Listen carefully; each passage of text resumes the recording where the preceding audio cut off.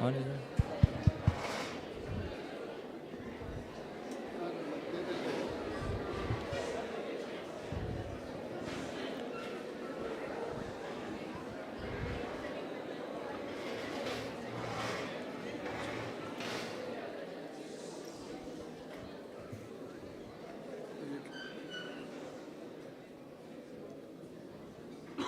Good evening to one and all present here. It is my privilege to welcome Professor George Alfred James, our special speaker for today's Focus Assist session at Sri Ramakrishna Vidyashala. I request you all to rise for the Shanti Mantra.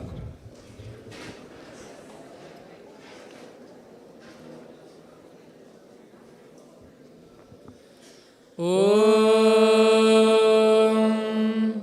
Shri Gurubhyo Namaha Harihi Om Shanno Mitra Varunaha Shanno Bhavatvaryama Shanna Indro Brahaspatihi Shanno Vishnurukramaha Namo Brahmane Namaste Vayo Tvameva Pratyaksham Brahmasi Tvameva Pratyaksham Brahma Vadishyami Ritam Vadishyami Satyam Vadishyami Tanmamavatu Tadvaktaramavatu Avatu Mam Avatu Vaktaram Om Shanti Shanti Shanti Harihi Om.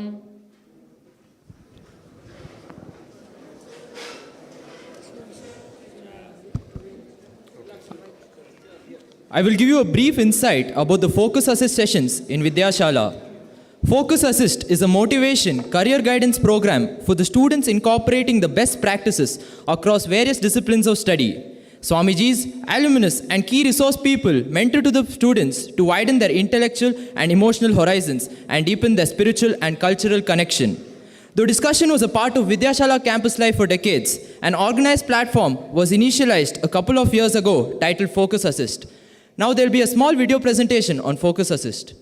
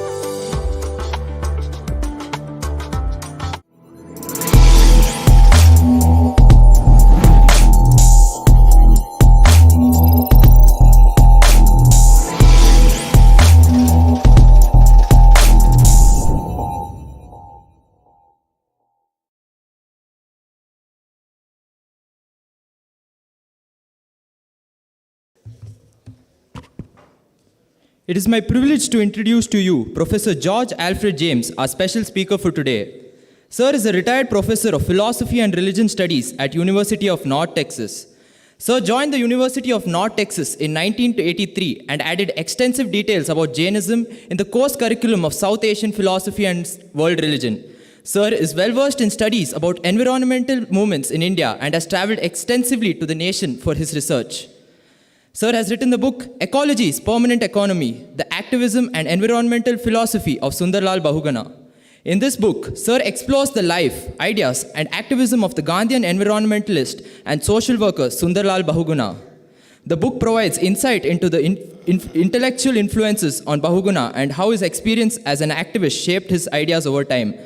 One of Sir's major aims with this book is to explore the intellectual roots of Indian environmentalism, focusing particularly on the environmental ideas inherent in India's spiritual traditions and Gandhian philosophy.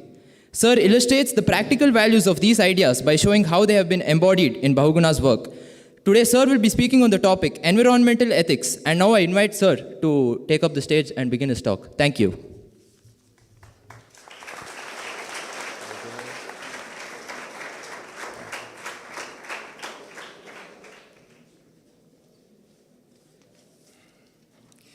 It is a privilege and a pleasure to be invited to speak at this institution.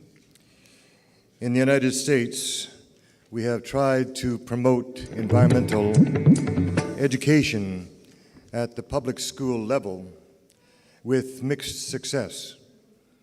But from what I have seen at this institution, this is one place I believe that environmental education is being done the way it ought to be done. So I understand, just 20 minutes to give you a little bit of insight into what we are calling environmental ethics. So I would like to begin just reflecting a little bit on this idea of ethics. And I'd like to give you a definition of ethics. Ethics is the study of human behavior in terms of whether it is right or wrong, good or bad. Now let me just sort that out a little bit. Ethics is the study of human behavior, not animal behavior. It is what human beings are doing that ethics is concerned about. Other disciplines are concerned with human behavior, many other disciplines. Psychology is the science of human behavior. History, of course, examines human behavior across time. Sociology looks at human behavior as it occurs in groups of people. But none of these are concerned with how human beings ought to act, what people ought to do, what should be done. In fact, if you bring in questions of ethics to a class in psychology, you will have the objection that you are making value judgments in a science that should be completely descriptive. There should be no musts, no shoulds, no should nots in science. You are just describing what actually happens. But ethics is the study of human behavior insofar as it is right or wrong, good or bad. So how do you determine whether an action is right or wrong, good or bad?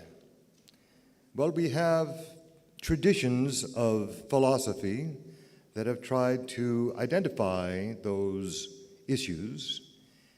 And what you have is a number of theories of ethics. And one of the theories of ethics that has been especially influential in the West, in cultures that have been influenced particularly by the Judeo-Christian tradition, the Abrahamic traditions, is sometimes called theological voluntarism. What is good is what is prescribed in the scriptures. What is wrong is what it is denied in the scriptures, prohibited in the scriptures. And that might be the Judeo-Christian tradition, the Ten Commandments, but it could also apply to the Dharmas. It could apply to the ethical traditions of India, the Vedas, the Dharmashastras, these ethical traditions that have informed the culture of what is right and wrong, what is good and bad. It's interesting to me that looking at the history of Indian philosophy, we don't have the same debate about about ethical theory that we have in the West, largely because in India, there was never a question about what is ultimately right and wrong, good and bad. What is good is what is good for the inner person. What is bad is what is damaging to the inner person. And that also has implications in how we treat others and how we treat nature. There are other theories of ethics that some have had quite a profound influence. One is the thought of Plato and Aristotle. How many of you have heard of Aristotle? Would you please raise your hand? Okay, good. Aristotle developed, thank you. Aristotle developed what is called a virtue ethic. That is, you learn ethics basically the same way you learn how to ride a bicycle. First of all, you have to, it's helpful if you're with somebody who knows how to ride a bicycle to begin with. And it may take some time to discover that if you feel the bicycle is tipping to the right, then you turn to the right and you pedal. If you feel it's going to fall to the left, then you turn to the left and you pedal. And gradually you learn how to operate a bicycle. And at first, it may be frustrating. You may not remember the first time you tried to ride a bicycle. But eventually, riding a bicycle becomes a pleasure. And what Aristotle says is when that virtue, whatever it is, a virtue is a skill that is learned through practice and effort. Once you have learned it, it becomes a pleasure, then you can say you have mastered that virtue. Now, let me take another example. Generosity. Generosity is a virtue. But generosity is not giving away what you have to useless enterprises. Doing a virtue of giving is something that you're giving because it is needed. And there's always a natural inclination to take care of yourself first and to hoard your belongings. Even as children, it takes some effort to learn to share what you have with others, And if I may speak about myself for a moment, I grew up as a middle child.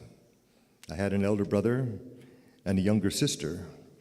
And so I was very careful about all the things that belonged to me. And I didn't want to share with my older brother. I didn't want to share with my younger sister. So giving voluntarily, being generous, was a challenge for me as a child.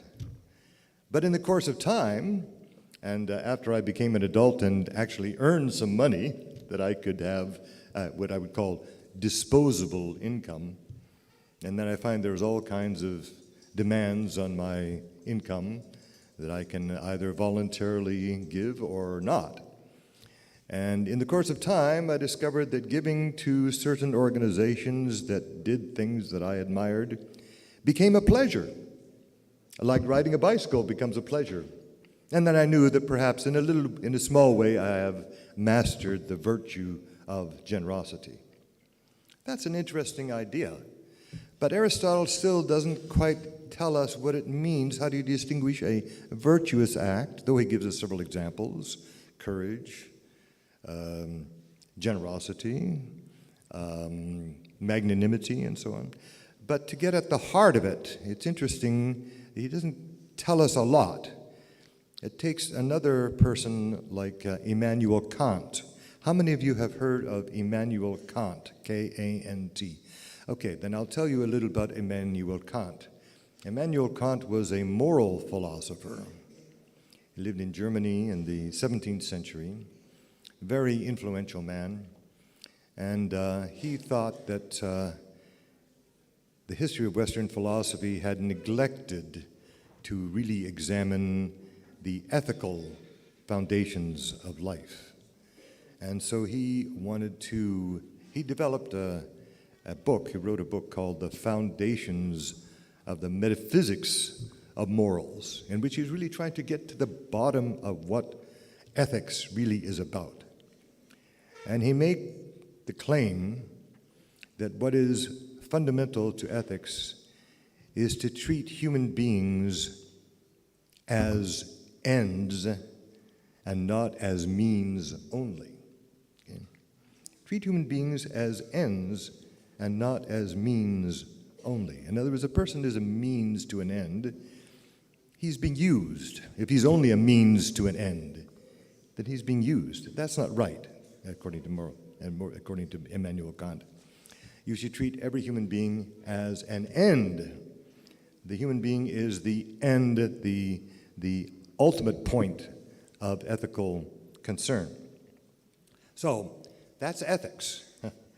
Now, when we come to environmental ethics, we're looking at human behavior insofar as it is good or bad, right or wrong, in light of the environment. How should we treat nature? Well, Immanuel Kant was very helpful in helping us articulate an understanding of ethics as it pertains to other human beings. We are to treat one another as ends and not as means only. Now, this is a very interesting viewpoint, because in that he's made human beings the focus of ethical behavior, ethical concern, ethical theory. But nature is sort of left out of the question. Should nature be treated as an end or as a means to an end? And so many people who have looked at environmental ethics and tried to formulate a concept of environmental ethics said, Immanuel Kant is a good starting point. Human beings are the end, the concern, the focus of ethical behavior, but we can't limit it to human beings. We have to look at it in terms of the whole of nature. And when we recognize that we are dependent upon nature for our very existence, we have to take that ethical concern seriously. Now, as philosophers began to think about environmental ethics, they looked at the history of Western philosophy and asked, what has Western philosophy taught us about the value of nature? Has Western philosophy taught us to be occupied with environment, with nature, to give nature an ethical position, an ethical standing? A very interesting question. And the conclusion that they draw was Western philosophy has not been very helpful. Because if you look at the history of Western philosophy and actually look at where nature stands, Socrates was a very interesting philosopher. He taught us many things. And most of his conversations with people were in the marketplace, face-to-face conversations with people. He would ask questions and get answers and question the answers and cause people to think more deeply about things. So deeply about things that the political leaders of Athens got upset with him and thought that he was an enemy of the people. There's always been this inclination to reject rational thinking for authority, habit, and tradition. But it's interesting. Socrates once went on a walk with one of his students, and they walked from the marketplace in Athens to the edge of town where he could see beautiful natural vistas. And his student said to him, Socrates, sir, don't you find this landscape very compelling. Don't you find this landscape very beautiful? And Socrates says, it's okay. It's beautiful. But my occupation is with the mind. My occupation is with conversations with people in the marketplace where I can change ideas. I'm not really interested in being in nature. Let's go back to where we can talk to people. Okay. Now that's sort of an indication of the place of nature in Socrates' thought. Now, Socrates, of course, had a very famous student named Plato. And Plato developed an understanding of reality that was extremely interesting. He said, if you look at reality and what can be known, the things that can be known, we can divide them into two major parts, and we can divide those two major parts into two major parts. Okay? So the major division is between things seen, things that are visible, things that we can see with our eyes, touch with our hands, and so on, senses. And there's the world of things thought, the mind. Okay? And he said, when you look at things seen, we can divide that into two parts. There are things that I can see directly with my eyes, and there are things that I can only see as reflections. So, for instance, I see a reflection of a tree in a pond. I know that reflection isn't the tree. First of all, it's upside down. And it's not the tree, it's a reflection of the tree. Okay? And reflections are never quite accurate. There might be ripples in the water. You know, you look in your rear view mirror in your car, and if you have a car like mine, it will say images in the mirror are smaller than reality, to remind you that you're looking at a reflection, you're looking at reality. But then there is the world of things thought.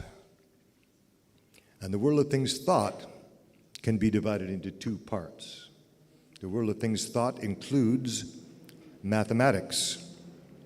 You know, if I had a blackboard here, and sometimes when I've talked to students, I've been in a small classroom and had a blackboard, and what I will do is draw a triangle on the blackboard, and then I'll ask the students, what have I drawn on the blackboard? And the first person that answers will say, a triangle. And I will say, no, I have not put a triangle on the blackboard. It would be impossible to put a triangle on the blackboard. What I've put on the blackboard is a picture of a triangle, an image of a triangle.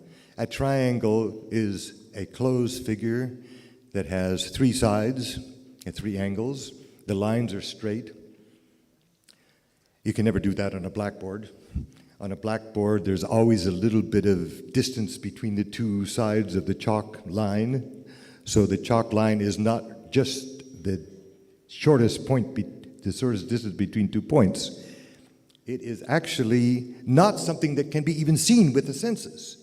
A true triangle is made of three sides, and each of the sides is a line, and a line is the shortest distance between 2 points. And what is a point? A point is an intersection of two lines. Well, that's circular reasoning. But it's based on a whole science called geometry is based on that definition. So the triangle that you see on the blackboard, the triangle that you see on a piece of paper in your notebook, that's a picture of a representation of a triangle. The real triangle is in your mind. The real triangle can only be apprehended through the mind. That was Plato's great insight. But then there was other things in the world of things thought that are even more subtle and more difficult than that. That are things like beauty, justice, truth. When you have a law on the books in a book of law, you have a representation of justice. Just like the triangle I wrote on the board is a representation of a triangle. True justice is something that you have to have an inner intuition of.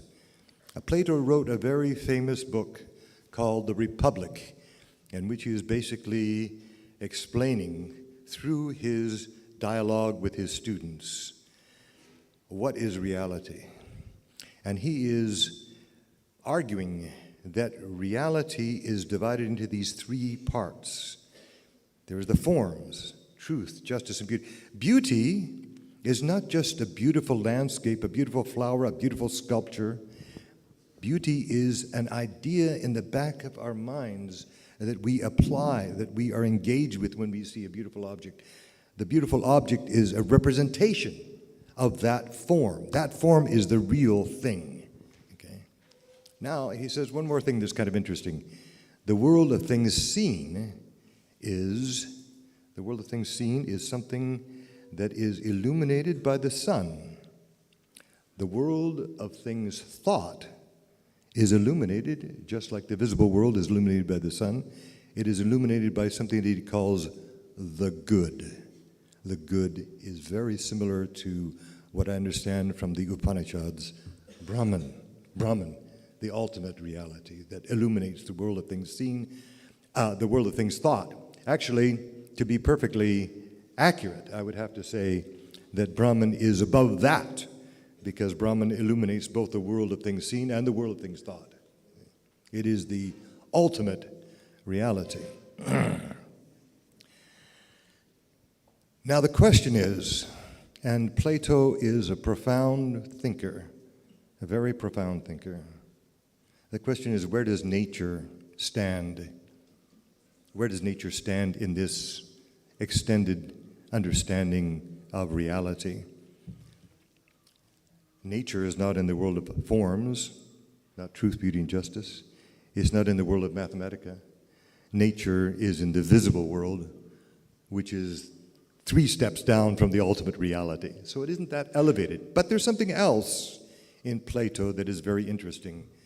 When you come to the forms, one of the things that is developed in the world of things thought that is so important to him is the idea of justice. Now, when you couple that with the environment, you get a real sense of environmental ethics, because what is being done with nature is going to have an impact upon human beings.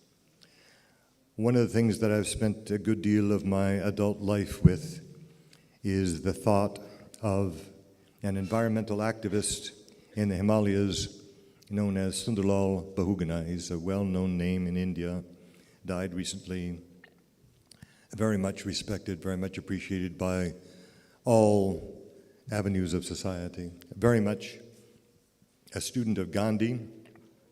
In fact, I would say that his thought revolves around 3 fundamental issues. One is the thought of Gandhi. The second is the science of ecology, which he was very thoroughly acquainted with. And the third is the spiritual traditions of India. So when we look at Western philosophy, we find that Plato didn't have a great deal of regard for nature as something to look at. He did have a great concern for justice. And when we apply justice, we realize that what is done to the environment is going to have an impact on people's lives. And one of the things that Sundarlal Bahuguna was interested in is how the axing of the forests of the Himalayas is affecting the people who live there. So if people are the end of ethics, then the people who are going to be affected by deforestation are people who have to be included and thought about and regarded in this respect. So he argued that the forests mean something to the local people. It provides for them what he called the 5 F's. First of all, food. Americans really don't understand how the tribal people of India and how the forest people of India depend upon the forests for their food. Food, first of all. Secondly, fodder for the cattle. Cattle have to eat. The third is fiber. Clothing can be made from plants, from the forests. Fertilizer. The leaf litter that falls becomes fertilizer for the farms, for the soil, and provides the means to make a living. And finally, the most minor one is fuel. Fuel. You do need to cook food. You can't eat raw rice. And so in the villages, food is generated by burning wood from the forest. But it's not as though they're using the forest in a way that is going to deplete the resources. Industries will do that. And when industries want a timber forest to develop pulp and paper and develop lumber and other commodities to generate wealth, particularly for the cities, the problem is that the local people are harmed by it. So an environmental ethics, I think, is an ethics that is occupied with the people who are damaged by the damaging of the environment. And I could develop this a lot farther. This is an interesting topic to me, but I think I've spoken for 20 minutes, so I will stop with those comments and have some conversation with other members of the panel and with you. Thank you very much for your attention.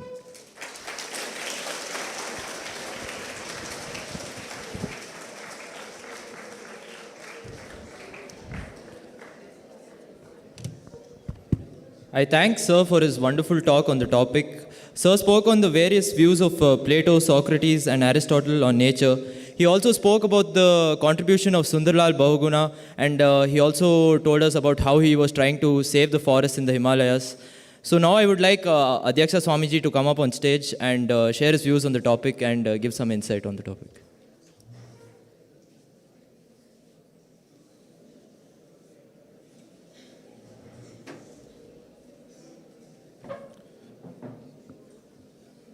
Dear boys, the Focus Assist program has given you another great personality who has come all the way from US, George James, who just now spoke to you about environmental ethics. And also what exactly is the fundamental concept of ethics. He said, we have to, if at all, we have to evolve and create a very happy, peaceful society. Understanding of ethics, which means doing right, what is right and what is wrong, what is good and what is bad, what is temporary and what is eternal. So the human intellect, if it's able to grasp this ethical parameters of life, we will be able to build a happy, mutually understanding and peaceful society. So that should be the, ethics should be an integral part of education. That is what is called, we call value education. Now coming to the environment. He placed before you many concepts about the environment awareness. But one thing, the whole world is struggling with the environment. We can't live a happy, healthy life unless we care for the environment, live in tune with the environment, because the environment is the substratum of our life. Environment is that which drives our life. Is the environment that is the ultimately crowns our life. So anybody who is ignorant about the environmental issues, environmental awareness, that how you should tune the climate, the plants, the fauna and the flora all around us, and your own body is a product of nature. So there is an environmental philosopher called Spinoza who said environmental is ultimate, not God. So, dear boys, it is necessary for you to start thinking about this environment as the basic plank of human life and human society. You neglect nature and environment, you invite destruction. So, with these few words, to our George James, we are very happy that our friend Nikhil Moro, who was a professor of journalism in Kansas State University, has brought him. They are good friends. And he is you may be knowing, the Student Council President of Vidyashala, Nikhil Moro. And he is there, right, sitting next to George James. And he is going to speak to you a few words now. You are all eager to listen to the new faces, new ideas, and new challenges, and deeper aspects of life and science through this focus assist, and take part in an interactive session.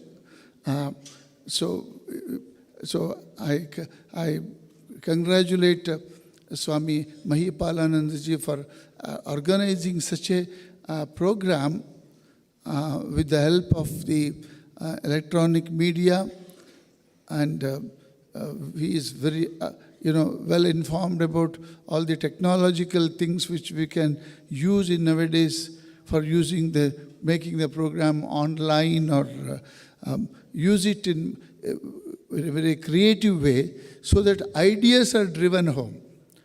See, what is important is, whatever may be the gasket you use and all that, unless the ideas is grasped by the intellect, any great idea, unless you work on it, unless we work on it, and then this should inspire you for a great action in your future life to bring about the necessary transformation. Life is all that.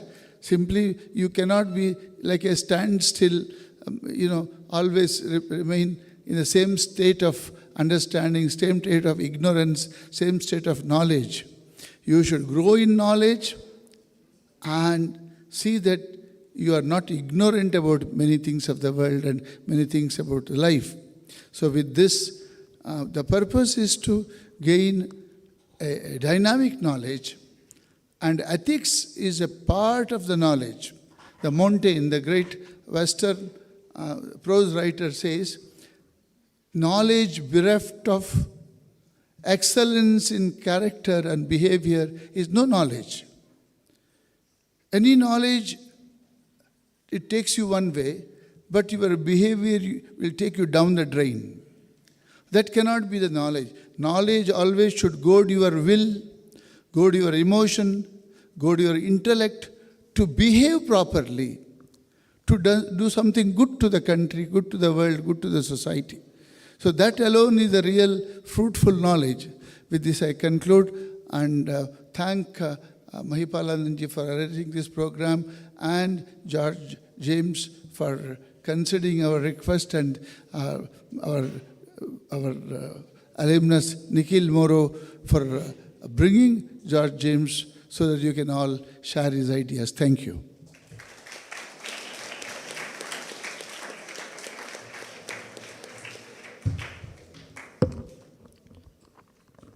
I thank Adhyaksha Swamiji for his views on the topic. Now the session is open to question and answers, and I request you all to ask your doubts and questions. Please.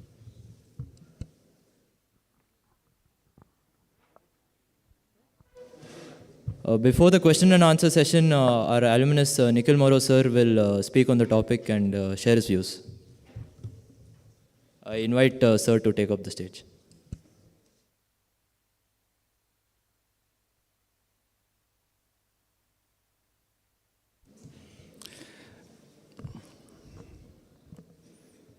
My very dear and revered Swami Mahipalananji Maharaj, thank you for organizing this event, inviting Professor George James to share his thoughts with us. That was a beautifully provocative introduction to environmental ethics.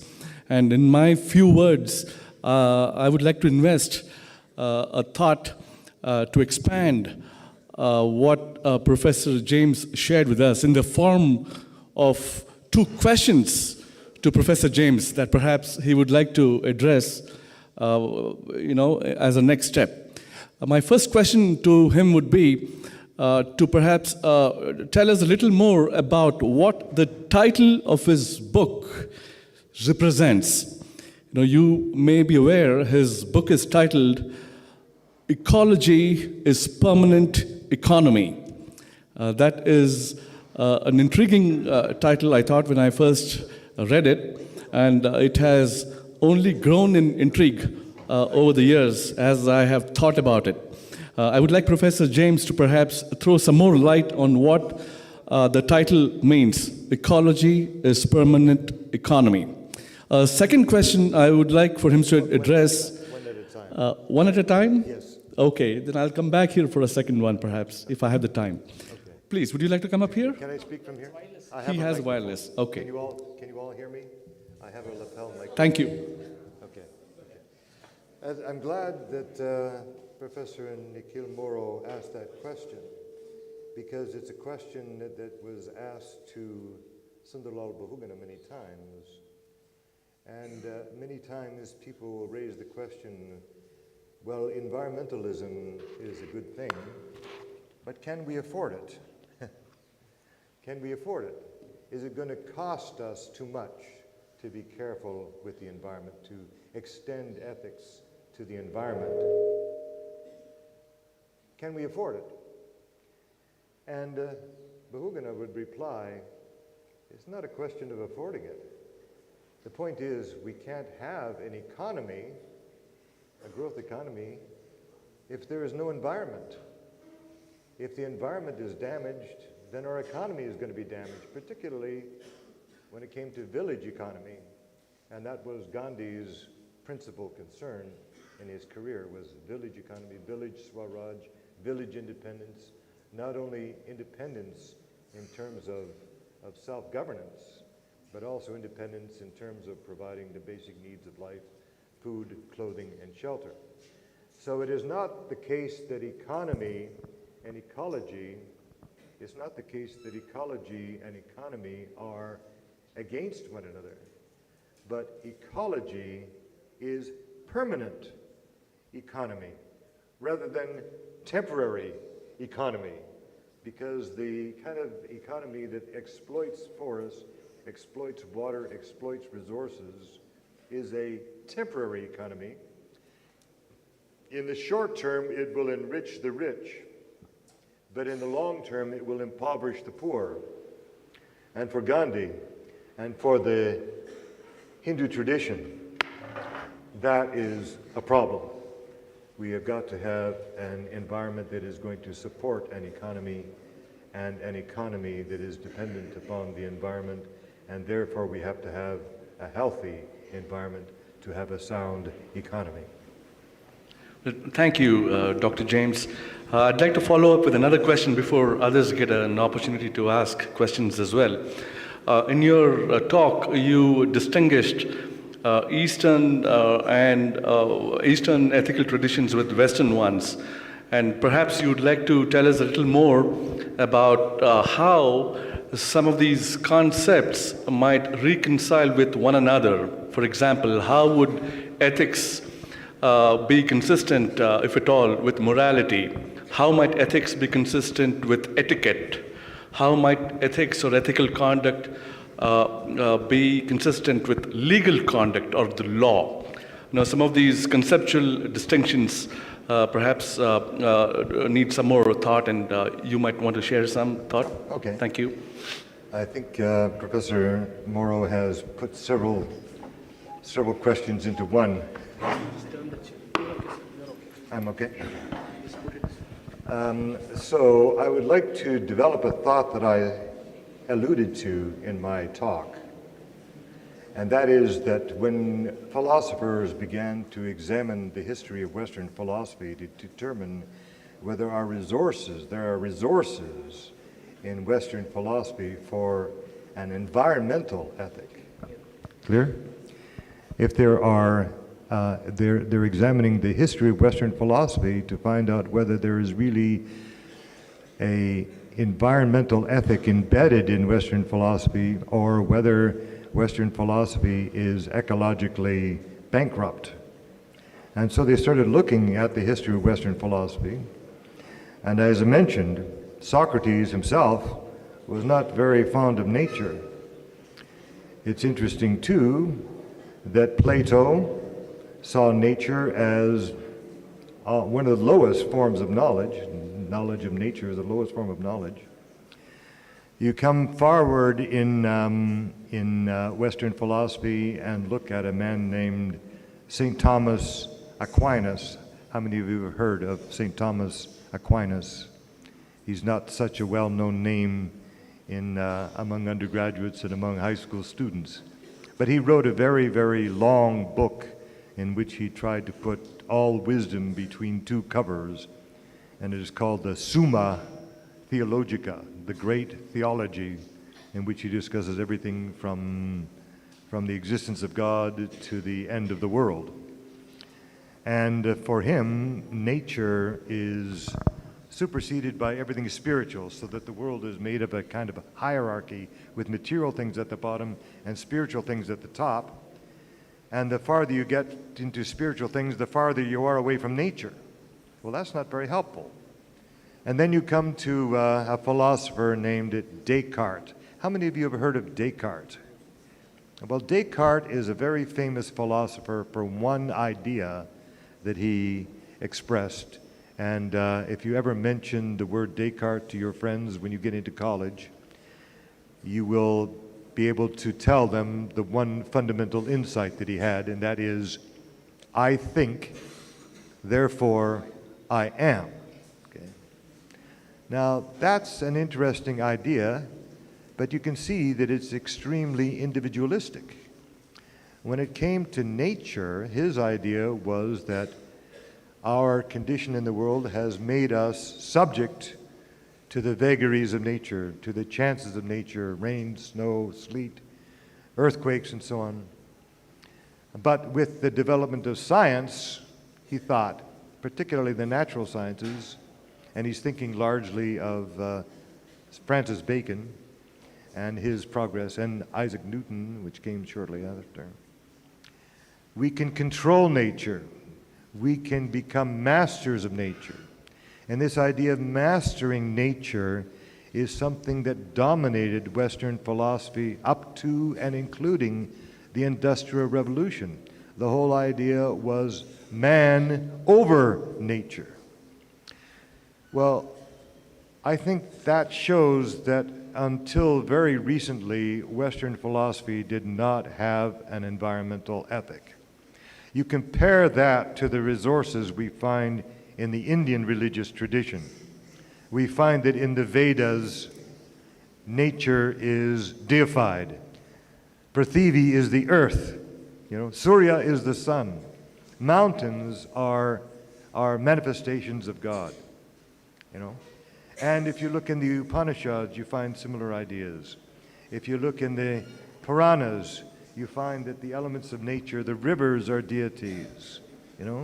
It's interesting, when I've traveled in the Himalayas and gone to Yamunotri, the source of the Ganges River in the mountains. It's interesting, there is a temple to Ganga, but the people really worship the material Ganga River and bathe in the river as an act of worship. In Western religion, God is seen as transcendent, above nature, beyond nature. In Hinduism, God is in nature. God is immanent, not just transcendent, but God is immanent here. And one of the great things about the career of Gandhiji is that he recovered some of the great insights of the Hindu religious tradition that 200 years of British education had tried to squelch. He really recognized the profundity of those traditions. So you find it in the Vedas, in the Puranas, you find it in the writings of the seers and saints of the medieval period, and you see it in the thought of Gandhi, and you see it in the thought of Vivekananda. Gandhi is famous for one statement about the environment that has enormous implications. He said, nature has enough for everyone's need. It doesn't have enough for anyone's greed.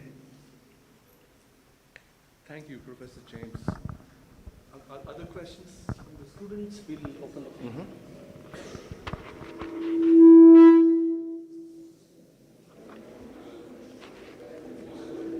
There's a question there, John.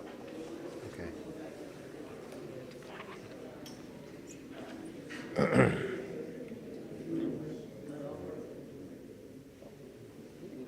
Bring him the.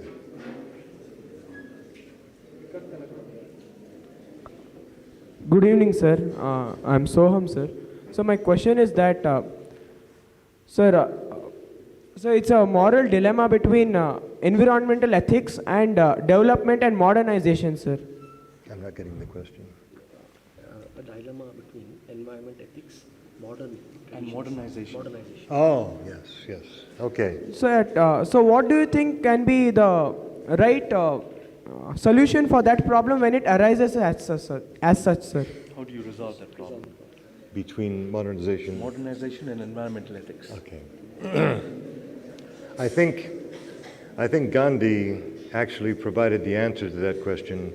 We need to recover the past thought of India. The difficulty with modernization, though it brings us many conveniences like mobile phones and toaster ovens and microwave and so on, we have to examine what impact those things are going to have on the environment upon which we depend for our existence.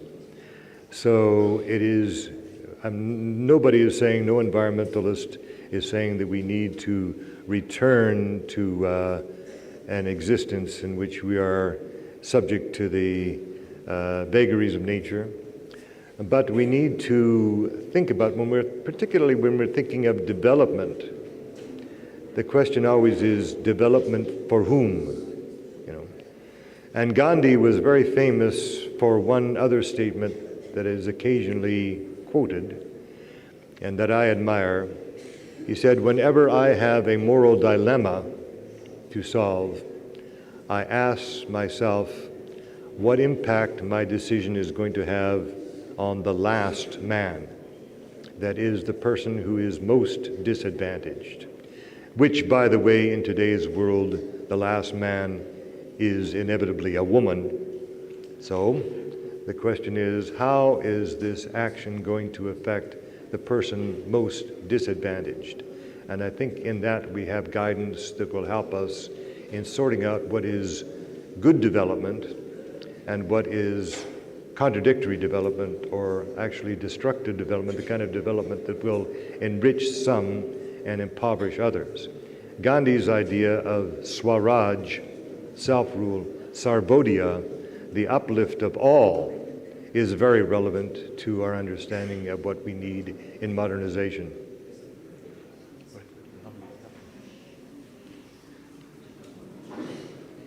Sir, as in Plato's allegory of the cave, where three prisoners are chained to a cave from birth and are only able to see shadows from a fire behind them, do you think that in humanity's handling of nature that we are seeing only the shadows and not the real picture of what is happening? allegory of the cave. Again? Allegory of the cave. Allegory of the cave, yes. So in the real world, how it is relevant? Are we actually seeing the shadows or what? Yes. Okay, thank you. Thank you for that very interesting question. I've reflected very much on the allegory of the cave. And the allegory of the cave, for those of you who don't remember, is the analogy that Socrates uses in this book called The Republic to describe the difference between a person who is philosophically informed and a person who is philosophically naive. And I think that applies very much to ecological knowledge. There is those who understand ecological issues, they understand the interactions of one thing and another in the world.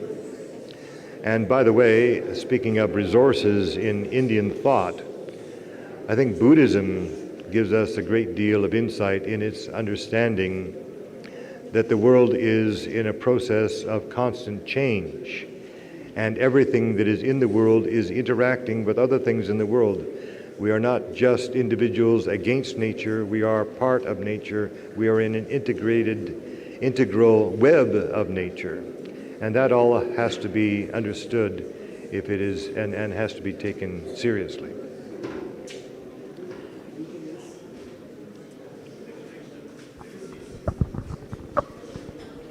Good evening, sir. My question is related to spiritual ritual, sir. There is a ritual known as Bakrid, sir. So all the most of the Islamists, they on the day of Bakrid, they cut the goat and they eat it. So in their ritual, it is okay, and they agree that it is very good for their development and their religion. And for Jainism and Buddhism, like they think no animals should be cut and eat. So what do you think, sir?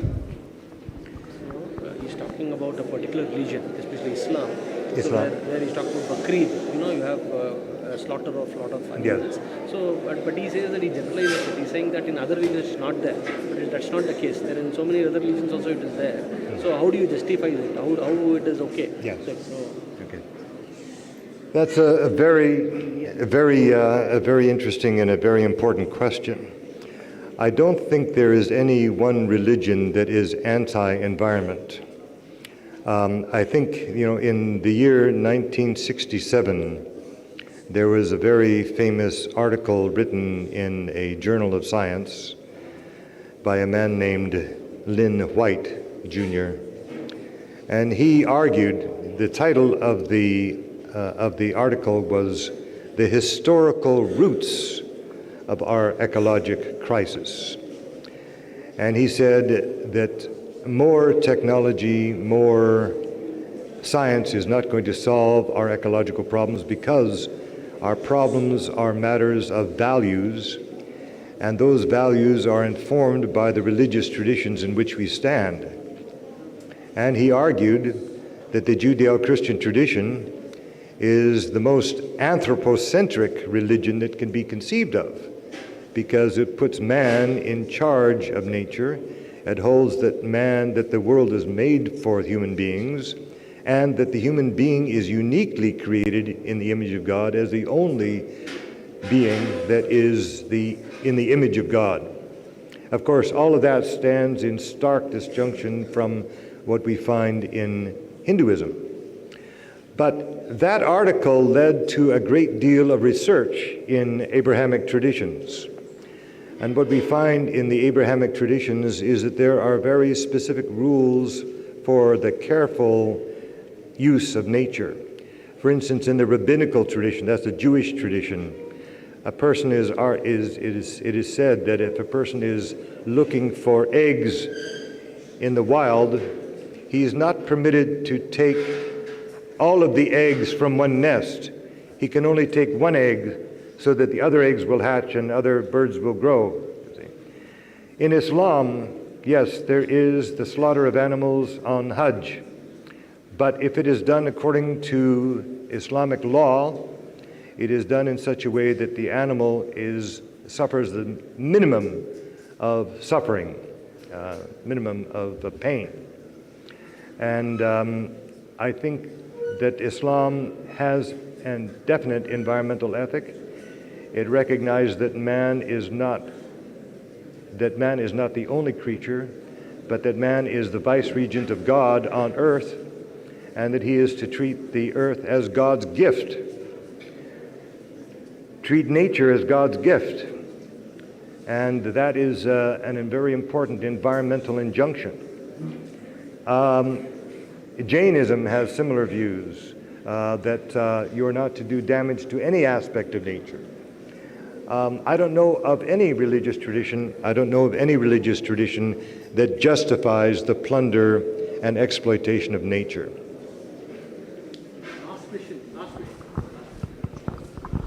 Sir, how do you define something as good? How do you define something as good? How do I define something as good?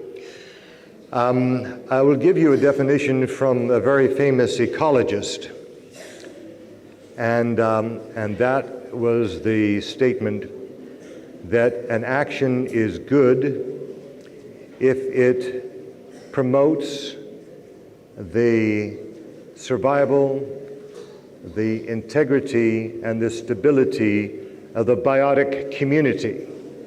It is wrong when it acts against that.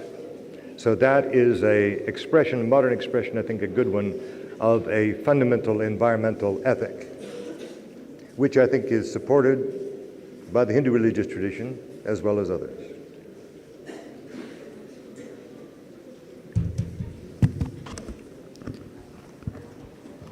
I thank Sir for his response, and I thank all the students for asking their questions. Now I would like Mahipaalanandaji Maharaj to present a small memento to Sir as a token of our respect and appreciation.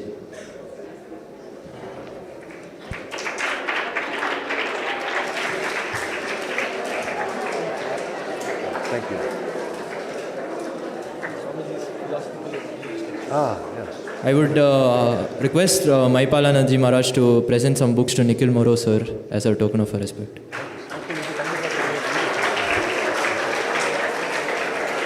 I thank Swamiji for conducting this program, and I would like to thank all the volunteers, including the Media Lab volunteers, for helping us to conduct this program. We'll end the program with Shanti Mantra.